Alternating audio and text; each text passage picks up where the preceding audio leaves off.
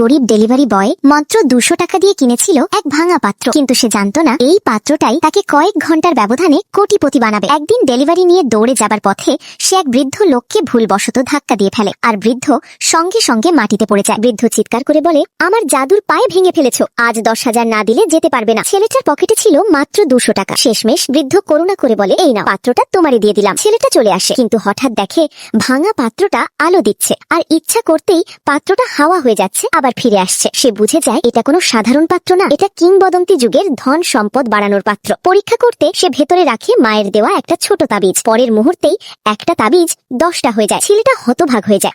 আমি কি তাহলে ধনী হয়ে গেলাম? সে কপি করা তাবিজ বিক্রি করে কয়েক সেকেন্ডেই আয় করে 2 লাখ টাকা। নগদ নোটিশ, সিরিয়াল নাম্বার সব এক, মানে সরাসরি ব্যবহার করা বিপজ্জনক। কিন্তু মাথায় বুদ্ধি আসে, দামি জিনিস কিনে কপি করব। সে ঢুকে পড়ে এক নামি দামি পানির দোকানে। 30 বছরের পুরনো চিংসা, দাম 2 লাখ। ছেলেটা কিনে নেয়। নির্জন জায়গায় গিয়ে জাদুর পায়ে ব্যবহার করে 1 বোতল থেকে 10 বোতল, সব নিয়ে যায় রিকভারি শপে। পরীক্ষার পর দোকানের মালিক বলে সব আসল। এক লেনদেনেই তার অ্যাকাউন্টে ঢুকে যায় 50 লাখ টাকা। দোকানের মালিক হাসতে হাসতে বলে, ভবিষ্যতে ঘড়ি, ওষুধ, যে কোনো দামি জিনিস আনবেন।